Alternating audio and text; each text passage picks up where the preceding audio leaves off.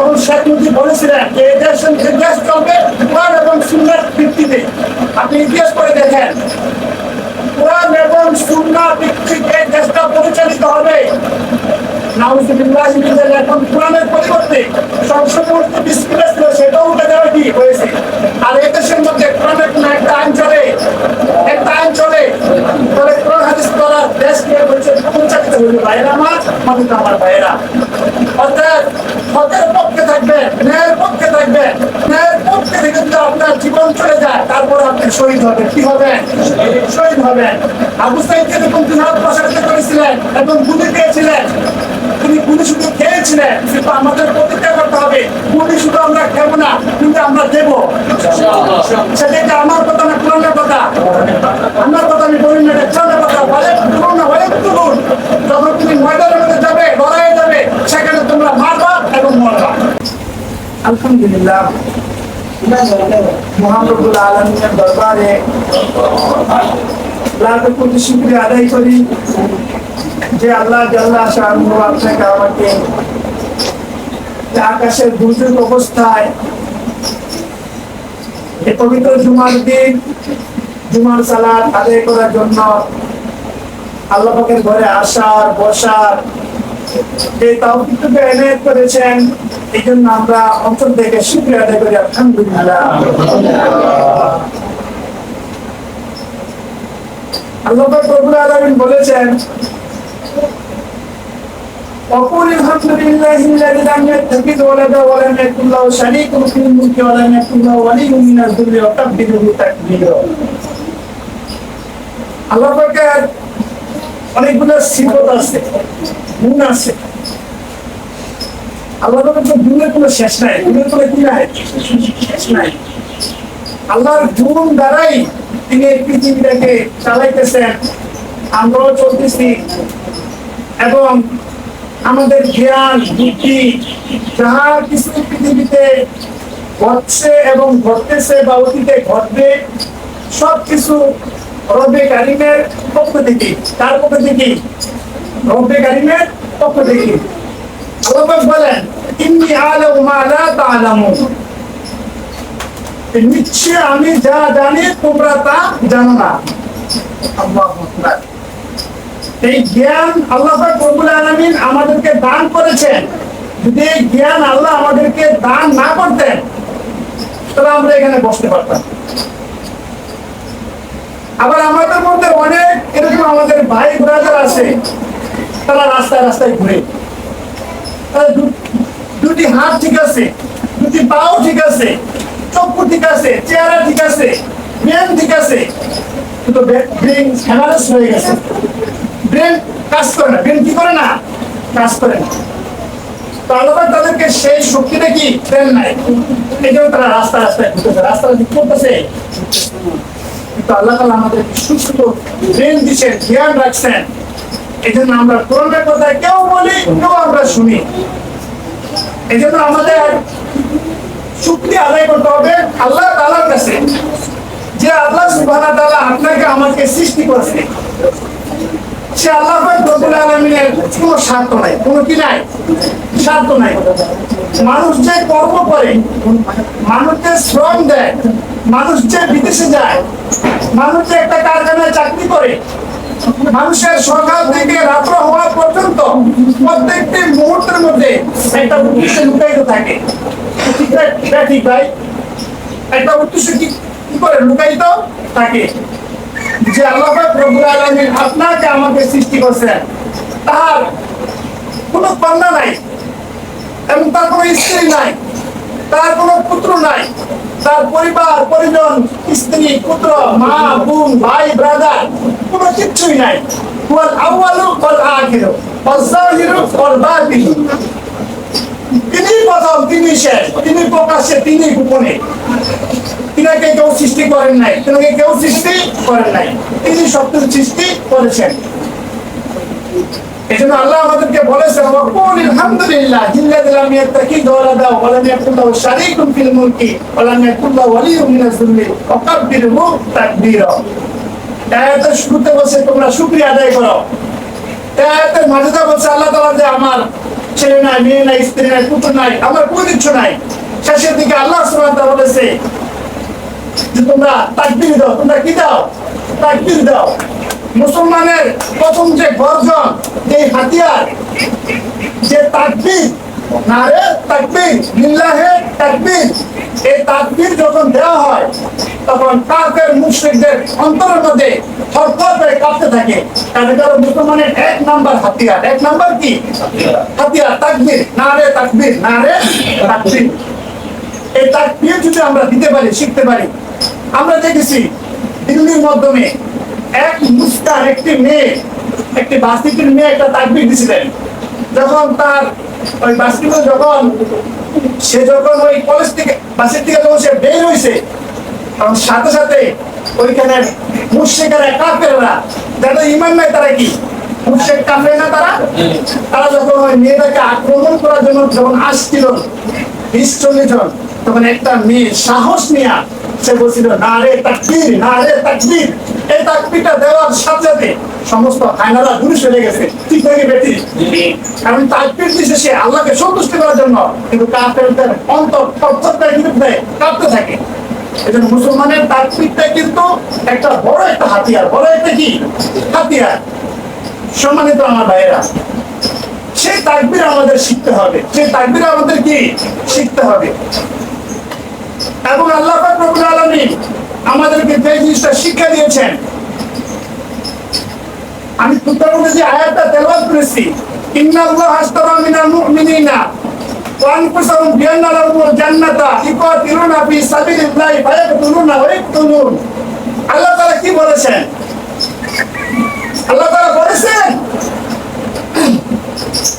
হে আবু সাঈদেরা, তোমরা শুধু মার খাইবা না, তোমরা শুধু কি করবে না, মার খাইবা না, তোমরা শুধু হাত প্রসারিত করে বুক পেতে দিবে না, তোমরা যেরকম মার খাইবা পায়াকে তুলুন না, ওই তো তুলুন, যেমন তোমরা মার খাইবা সেমন তোমরা মারবা। আমাদেরকে বলে নাই যে তোমরা শুধু মার খাবো, শুধু কি করবো, মার খাবো।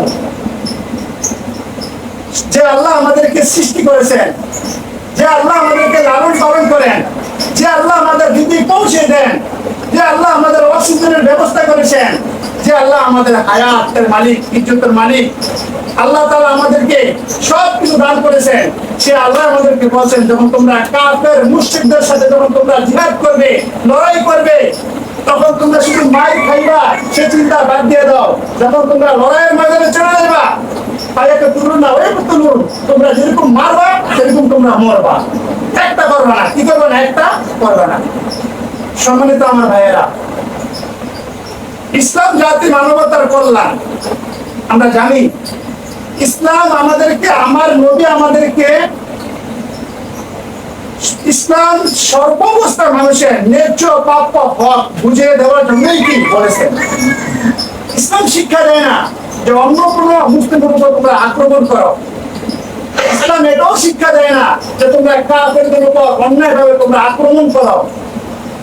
ইসলাম এটাও শিক্ষা দেয় না যে তোমরা শুধু অন্যের উপর জুলুম করবে আর নিজেরা তোমরা সহিংসজন থাকার জন্য চেষ্টা করবে। সেটাও ইসলাম আমাদের কি করে না, শিক্ষা দেয় না।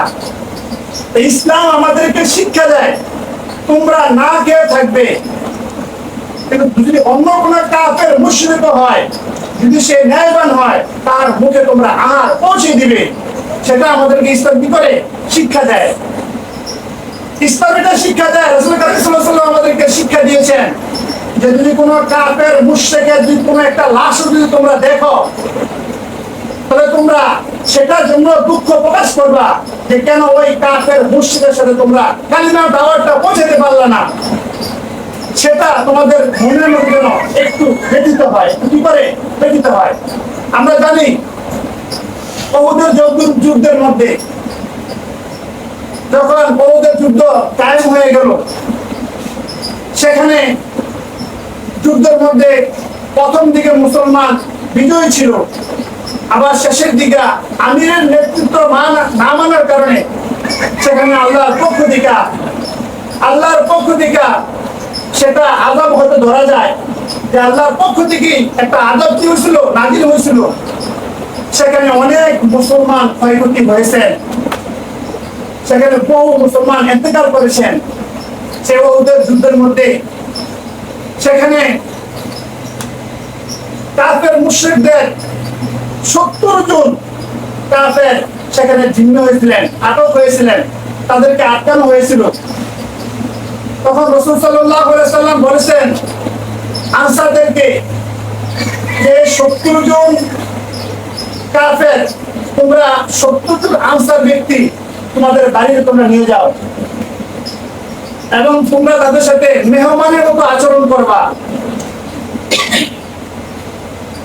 এই কথা শোনার পরে এখন রাসূল সাল্লাল্লাহু আলাইহি সাল্লাম যখন এই কথা বলেছেন, সাহাবায়ে কেরাম রাদিয়াল্লাহুর মধ্যে একটা জিনিস ছিল যে রাসূল যদি কারো প্রতি অসন্তুষ্ট হয়ে যায় সেখানে আল্লাহ পাক রব্বুল আলামিন তার উপর অসন্তুষ্ট কি হবেন, আর রাসূল যার উপর সন্তুষ্ট হবেন সেখানে আল্লাহ তাআলা অটোমেটিক তার উপর কি হবে, সন্তুষ্ট হবেন।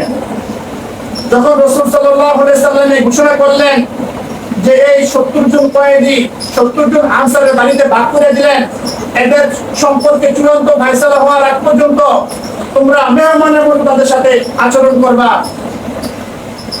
তো তৎকালীন সময় মুসলমানদের জীর্ণশীর্ণ অবস্থা ছিল, টাকা পয়সার অবস্থা খুবই দুর্বল ছিল, খাবারের খুব সংকট ছিল।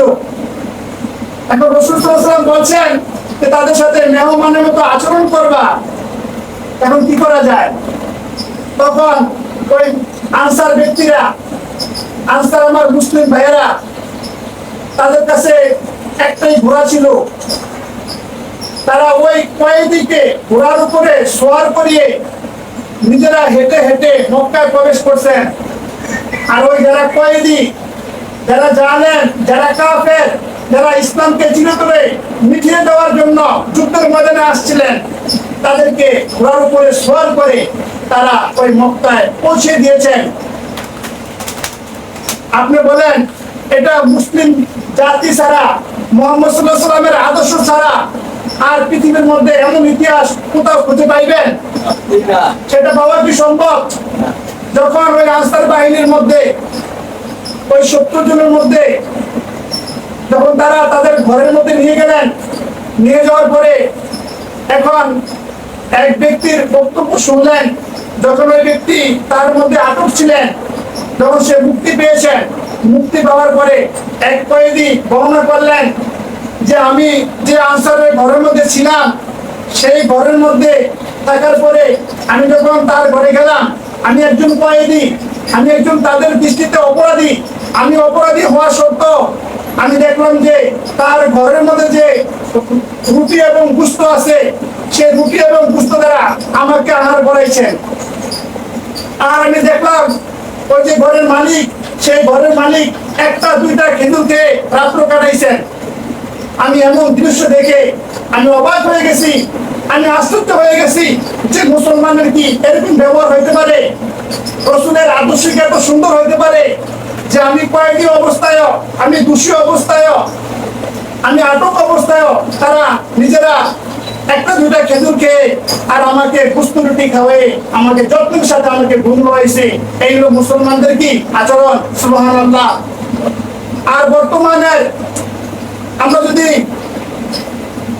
যদি ইরাকের আবু গারিব কারাগারের দৃশ্যগুলো যদি আমরা একটু বর্ণনা করি, বর্তমানে ইরাকের মধ্যে যে আবু গারিব একটা কারাগার আছে, বিশাল বড় একটা কারাগার আছে।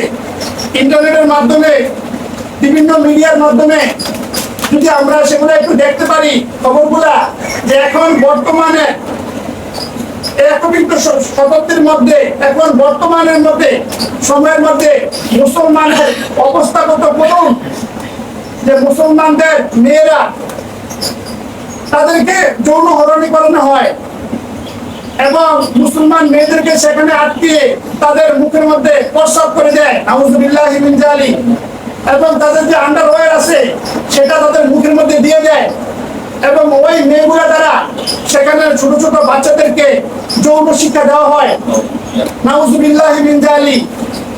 আজ থেকে 1400 বছর আগে বিশ্বনবী হযরত মুহাম্মদ সাল্লাল্লাহু আলাইহি ওয়াসাল্লামের আদর্শটা কেমন ছিল, সেখানে কয়েকদিনের সাথে কিরকম ব্যবহার করা হয়েছিল, আর বর্তমানে আপনারা ইরাকের মধ্যে যে আবু গারিব যে কারাগার রয়েছে, সেই কারাগারের দৃশ্য যদি আপনি দেখেন, আপনি চোখে পানি রাখতে পারবেন না।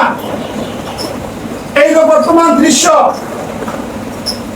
সারা পৃথিবীর মধ্যে আল্লাহ পাকের রহমত জিনিসটা উঠে গেছে।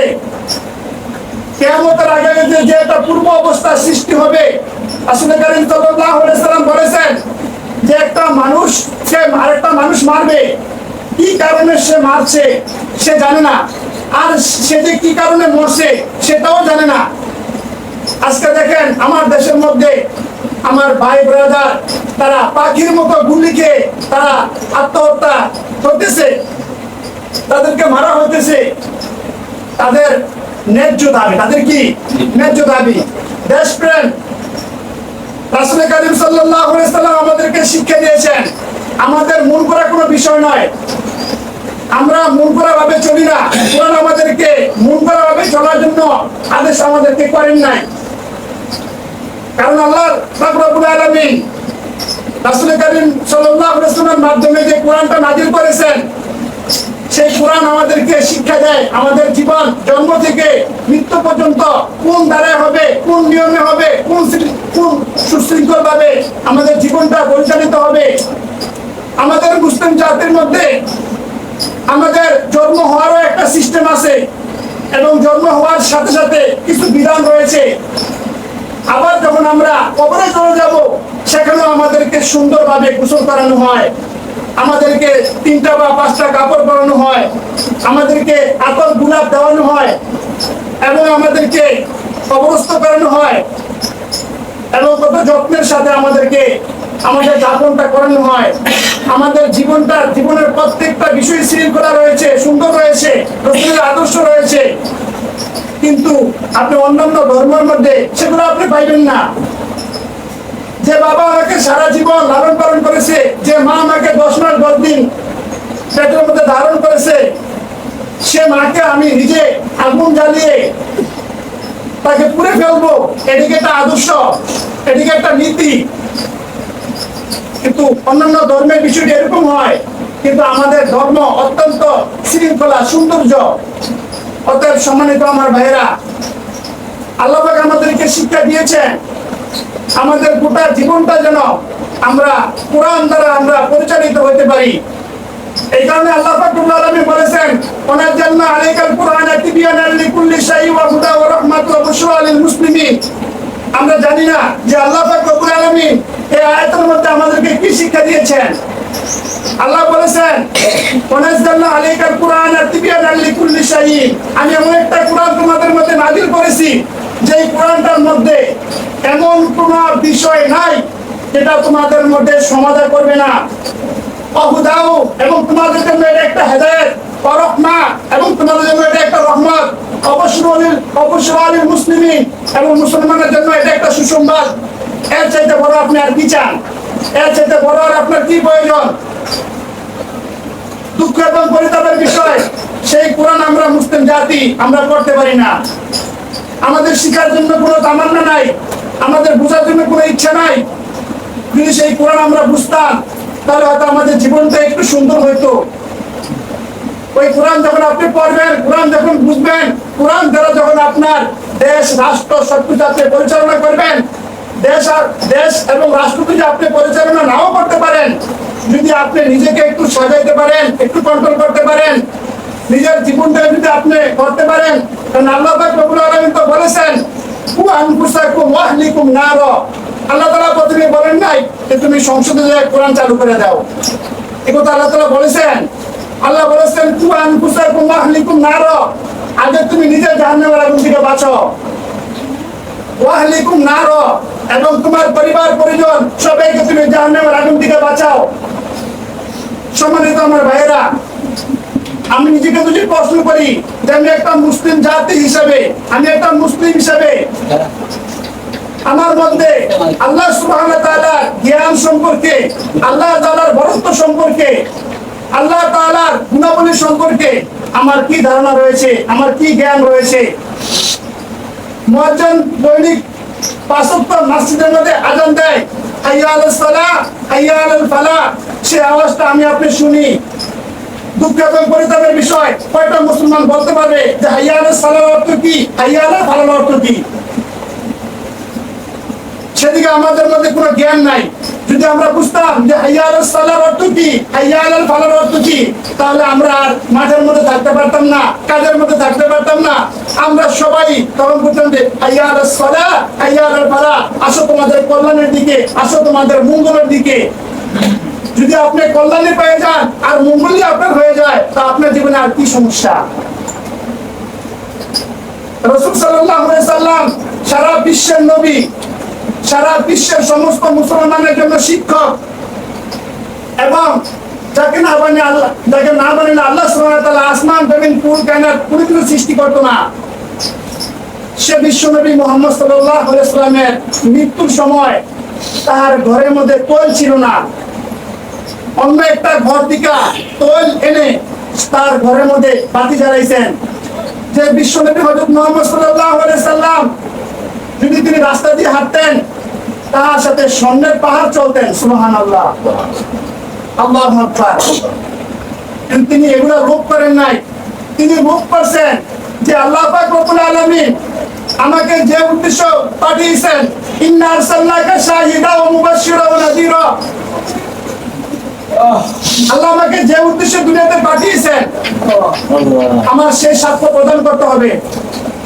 ইন্না আরসালনাকা শাহিদা ওয়া মুবাশশিরা ওয়া নাযীরা, যে অবশ্যই আল্লাহ তাআলা যে সাক্ষ্যটা দেওয়ার জন্য, মানুষকে বোঝানোর জন্য যে লা ইলাহা ইল্লাল্লাহ, আল্লাহ ছাড়া আর কোনো মাবুদ নাই, আল্লাহ ছাড়া আর কোনো বিধানদাতা নাই, আর কোনো হুকুমদাতা নাই, আর কোনো মালিক নাই, একমাত্র আল্লাহ পাক রব্বুল আলামিনের হুকুমটাকে বাস্তবায়ন করার জন্য। এবং সমস্ত মানুষকে যদি কথাটা বোঝানো যায় যে তোমাদের মৃত্যুর পরে জান্নাত রয়েছে, আবার জাহান্নামে রয়েছে, অবশ্যই মৃত্যুর পরে তোমার লাশ হয়তো জান্নাতে দাখিল হবে অথবা জাহান্নামে দাখিল হবে, সেই জিনিসটা শিক্ষা দেওয়ার জন্য রাসূল সাল্লাল্লাহু আলাইহি সাল্লাম দীর্ঘ ৬৩ বছর মানুষের ময়দানে তিনি এই কথা দাওয়াত দিয়েছেন। যে বলে কুলু লা ইলাহা ইল্লাল্লাহ মুহাম্মাদুর রাসূলুল্লাহ। প্রত্যেকটা নবীদের এই কালিমা ছিল। মুহাম্মদ সাল্লাল্লাহু আলাইহি ওয়াসাল্লাম বলে কুলু লা ইলাহা ইল্লাল্লাহ মুহাম্মাদুর রাসূলুল্লাহ তুফলিহুন। যে তোমরা বলো লা ইলাহা ইল্লাল্লাহ মুহাম্মাদুর রাসূলুল্লাহ তুফলিহুন, তোমরা সফল হয়ে যাবে, তোমরা কামিয়াবি হয়ে যাবে। কিন্তু আমাদের মধ্যে সেই চেতনা আছে, সেই ইচ্ছা আমাদের আছে। সম্মানিত আমার ভাইয়েরা, যে কথাটা বলতে গেছিলাম যে রাসূল সাল্লাল্লাহু আলাইহি সাল্লাম বলেছেন দেশপ্রেমের জন্য, দেশপ্রেম কাকে বলে সেটা আপনার আমার জন্য বুঝতে হবে। যে রাসূল কারীম সাল্লাল্লাহু আলাইহি সাল্লাম জন্মগ্রহণ করেছেন মক্কায়। মক্কা জন্মগ্রহণ করার পরে যখন সেখানে রাসূল সাল্লাল্লাহু আলাইহি সাল্লাম কাফেরদের অত্যাচারে, তাদের সেই জুলুমের কারণে, নির্যাতনের কারণে রাসূল কারীম সাল্লাল্লাহু আলাইহি সাল্লাম মক্কা ছেড়ে যখন মদিনার দিকে তিনি রওনা করলেন, তখন তিনি বলেছিলেন যে মক্কা, আমি এখানে জন্মগ্রহণ করেছি এবং এখানে আমার বাপ দাদারা পয়দা হয়েছে, সেখানে আমিও পয়দা হয়েছি। এবং কাবার দিকে ইশারা করে বলছিলেন যে কাবা, আমি তোমাকে ভুলি নাই, আমি তোমাকে ভুলবো না। এবং রাসূল সাল্লাল্লাহু আলাইহি সাল্লাম যখন মক্কা ছেড়ে মদিনায় চলে যায়, ইয়াসরিবের দিকে যখন চলে যায়, তখন তিনি তার চোখ দ্বারা অস্ত্র জ্বলছিল, কান্না করছিলেন। দেশপ্রেমের মায়া, দেশপ্রেমের কি মায়া, এই দেশপ্রেম ইসলামের মধ্যে রয়েছে। ইসলামের মধ্যে কি রয়েছে? দেশের প্রত্যেকটি নাগরিকের জন্য তাদের ন্যায্য প্রাপ্য হক আদায়ের জন্য আমার যতটুকু সামর্থ্য রয়েছে, যদি আমার বাক শক্তি থাকে, সেই বাক শক্তি দ্বারা আমার জিহাদ করতে হবে। যদি আমার কাছে কোনো টাকা পয়সা থাকে, তো টাকা পয়সার মাধ্যমে আমি মানুষকে জিহাদের মাধ্যমে সাহায্য করতে হবে। কিভাবে আপনি সাহায্য করবেন? যদি জিহাদের কোনো ডাক আসে, সেখানে যদি আপনি মানুষকে পানিও বিতরণ করেন, যে আমার কাছে একটু পানি আছে, একটু পানি নাও, সেটাও তুমি জিহাদের মধ্যে শামিল হইলা। যদি তুমি একটা ব্যক্তিকে একটা রুটি কিনে দাও, সেটাও তুমি জিহাদের মধ্যে কি হইলা, শামিল হইলা। সম্মানিত আমার ভাইয়েরা, আমি যে আয়াত পড়েছি খুতবার মধ্যে, ইন্নাল্লাহা আশতারা মিনাল মুমিনিনা আনফুসাহুম বিআন্না লাহুমুল জান্নাতা ইউকাতিলুনা ফি সাবিলিল্লাহি ফায়াকতুলুনা ওয়া ইয়াকতুলুন।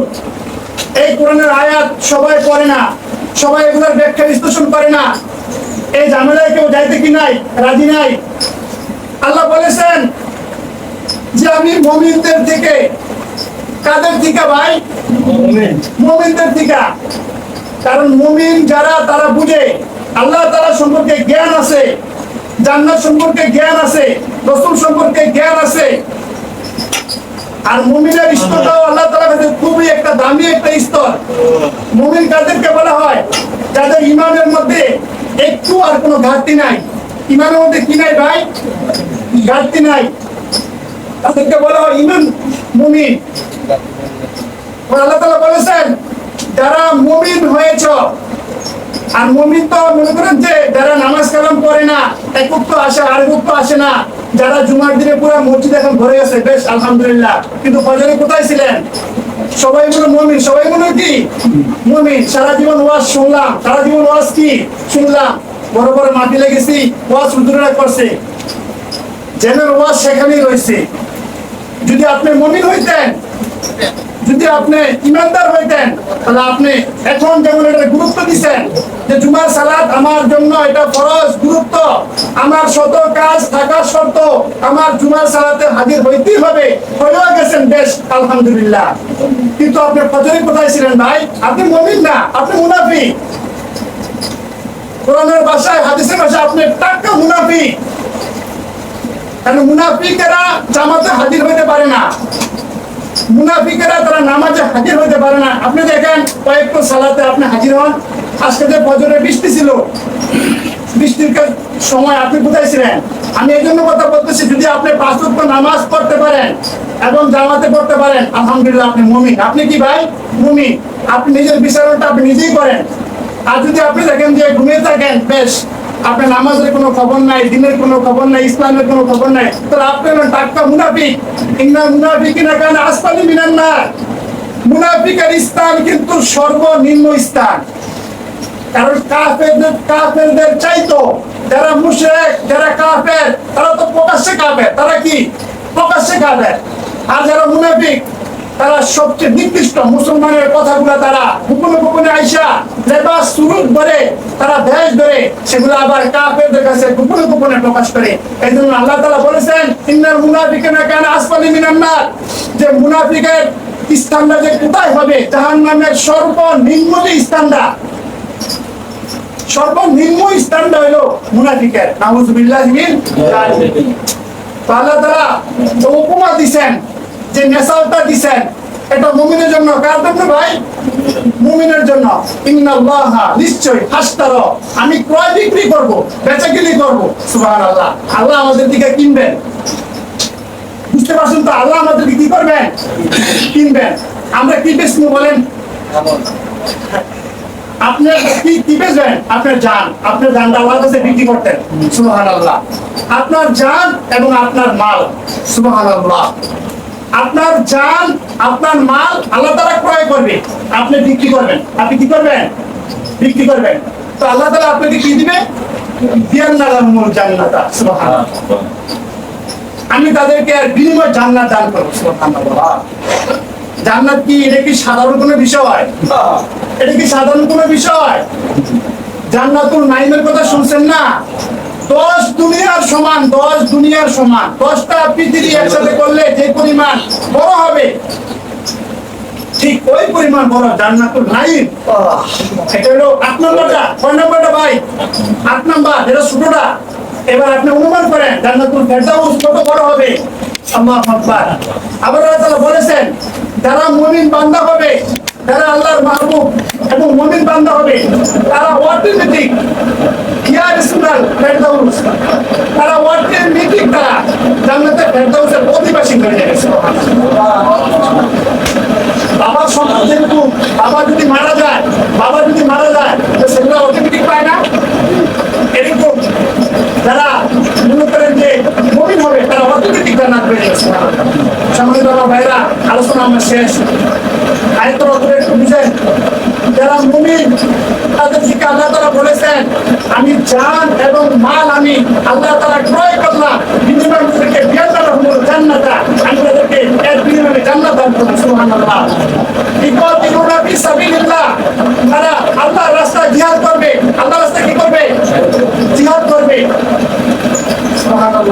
আল্লাহ কি করবে? জিহাদ করবে। তাই এত পূর্ণ হয়ে পড়ুন, তারা নিজেরাও মরবে এবং মারবে। সুবহানাল্লাহ। যদি আপনার দেশের জন্য, দেশ প্রেমের জন্য, যদি মানবতার কল্যাণের জন্য, যদি এই দেশের প্রত্যেকটা নাগরিকের ন্যায্য এবং প্রাপ্য হক আদায়ের জন্য যদি আপনার রাস্তার মধ্যে জীবন দিতে হয় এবং মাল দিতে হয়, দিদিকে আমরা প্রত্যাশী এর বিনিময়ে আল্লাহ আমাদের কি দিবেন? জান্নাত দান করবেন। আর দেশপ্রেমের কথা কি কোরআনের মধ্যে আছে নাকি নাই? আছে। এবং দেশ যখন স্বাধীন হয়ে যাবে, সুবহানাল্লাহ, ইজা জা নাসরুল্লাহি ওয়াল ফাতহ ওয়া রাআইতান নাসা ইয়াদখুলুনা ফী দীনিল্লাহি আফওয়াজা ফাসাব্বিহ বিহামদি রাব্বিকা ওয়াস্তাগফির ইন্নাহু কানা তাওয়াবা। যখন দেশ স্বাধীন হয়ে যাবে, আমাদের দেশটা যদিও স্বাধীন হয়েছিল, কিন্তু এখন বর্তমানে পরাধীন। এদেশের মানুষ যখন এই দেশটা স্বাধীন হয়েছিল, তখন পাকিস্তান থেকে সর্বশেষ স্বাধীন হয়, তখন শেখ মুজিব বলেছিলেন যে এই দেশ চলবে কোরআন এবং সুন্নাহর ভিত্তিতে। আপনি ইতিহাস করে দেখেন, কোরআন এবং সুন্নাহ ভিত্তিতে এই দেশটা পরিচালিত হবে। নাউজুবিল্লাহ, এখন কোরআনের পরিবর্তে সমস্ত বিসমিল্লাহ ছিল, সেটাও উঠে দেওয়া কি হয়েছে। আর এই দেশের মধ্যে কোরআনের কোনো একটা আইন চলে, তবে কোরআন হাদিস দ্বারা দেশকে পরিচালিত হইবে। ভাইয়েরা আমার, সম্মানিত আমার ভাইয়েরা, অর্থাৎ হকের পক্ষে থাকবেন, ন্যায়ের পক্ষে থাকবেন। ন্যায়ের পক্ষে থেকে যদি আপনার জীবন চলে যায়, তারপর আপনি শহীদ হবেন। কি হবেন? শহীদ হবেন। সম্মানিত আমার ভাইয়েরা, আমি বুদ্ধ শুরুতে বলেছিলাম, আবু সাঈদ যেরকম জিহাদ প্রসারিত করেছিলেন এবং গুলি পেয়েছিলেন, তিনি গুলি শুধু খেয়েছিলেন, কিন্তু আমাদের প্রতিজ্ঞা করতে হবে গুলি শুধু আমরা খেব না, কিন্তু আমরা দেবো। সেটাকে আমার